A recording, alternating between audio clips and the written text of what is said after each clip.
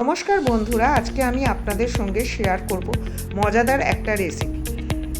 ফেলে দেওয়া জিনিস দিয়ে এত সুন্দর একটা রেসিপি তৈরি হতে পারে, না বানালে জানতেই পারতাম না। এখন তরমুজ সিজনে খুব বেরিয়েছে। এই তরমুজ আমরা আনি বাড়িতে, কেটে তার লাল অংশটা খেয়ে তার খোসাটা ফেলে দিই।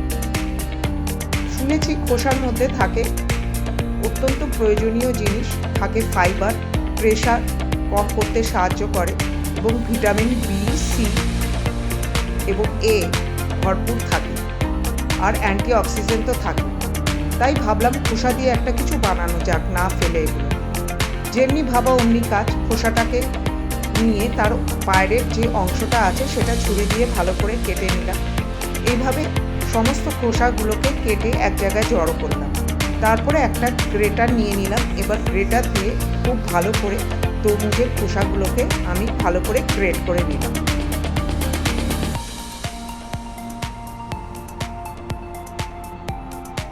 সবগুলো খোসা আমি এইভাবে গ্রেট করে নিলাম। গ্রেট করে এটাকে একটা পাত্রের মধ্যে উঠিয়ে নিলাম। এবার বড় বড় কয়েকটা চিংড়ি মাছ নিয়ে নিলাম। চিংড়ি মাছের মাঝখানের অংশ, কালো অংশটা এইভাবে বের করে নিলাম। চিংড়ি মাছগুলো বেশ বড় আকারে, তাই এগুলোকে ছোট ছোট টুকরোয় ভাগ করে নিলাম। চিংড়ি মাছের মাঝখানের এই কালো অংশটা ফেলে দেওয়া অত্যন্ত জরুরি, কারণ এটা যদি পেটে যায় তাহলে পেট খারাপ হওয়ার চান্স থাকে। এটা অবশ্যই আপনারা সবাই জানেন, তবু আমি একবার আপনাদের বলে দিলাম।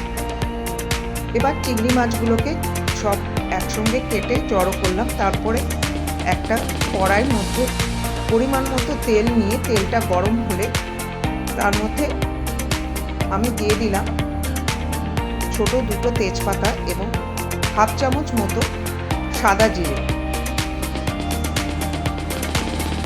বা সাদা জিরেটা খুব ভালো করে ভাজা ভাজা হয়ে গেলে তার মধ্যে চিংড়ি মাছগুলো দিয়ে দিলাম। তার মধ্যে দিয়ে দিলাম পরিমাণ মতো লবণ এবং হলুদ। নেড়ে চেড়ে খুব ভালো করে ভেজে নিলাম। চিংড়ি মাছগুলো লাল লাল করে ভাজা হয়ে গেলে তার মধ্যে গ্রেট করে রাখা তরমুজের খোসাগুলো ওর মধ্যে দিয়ে দিলাম। সবগুলো একসঙ্গে নেড়ে চেড়ে নিলাম। তার মধ্যে দিয়ে দিলাম পরিমাণ মতো লবণ, হলুদ এবং একটা বড় চামচের 1 চামচ জিরে গুঁড়ো আর 3-4টে কাঁচা লঙ্কা চিড়ে দিয়ে দিলাম। সবগুলো একসঙ্গে মশলার সঙ্গে মাখিয়ে নিলাম। তারপরে মিডিয়াম ফ্লেমে এটাকে ঢেকে দিলাম 10 মিনিটের জন্য। 10 মিনিট পরে ঢাকনা তুলে দেখলাম তরমুজ থেকে প্রচুর পরিমাণে জল বেরিয়েছে। বা সেটা নেড়ে চেড়ে কিছুক্ষণ কষিয়ে নিলাম।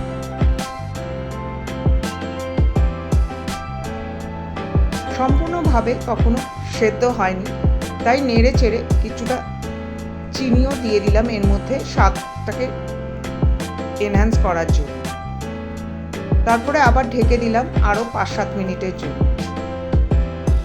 এই সময় গ্যাসের ফ্লেমটা মিডিয়ামই রাখতে হবে। ঢাকনা তুলে দেখলাম আরও মজে গেছে তরমুজের খোসাগুলো এবং তার থেকে জলও বেরিয়েছে। এবার তরমুজের খোসাটা ঠিকভাবে সেদ্ধ হয়ে গেছে। এবার ফ্লেমটা আমি বাড়িয়ে দিলাম।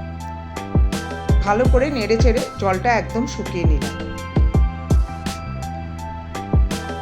তারপরে ওপর দিয়ে ছিটিয়ে দিলাম একটুখানি আটার গুঁড়ো। এতে খুব ভালো হবে, খোসাগুলো একদম গায়ে গায়ে হয়ে যাবে। বাস তৈরি হয়ে গেল এই খোসা দিয়ে তৈরি চিংড়ি মাছের ঘন্ট। খেতে একদম লাউ চিংড়ির মতো। আপনারা একবার বাড়িতে বানিয়ে দেখবেন। দেখা হবে পরের কোনো রেসিপিতে। ততক্ষণ নমস্কার।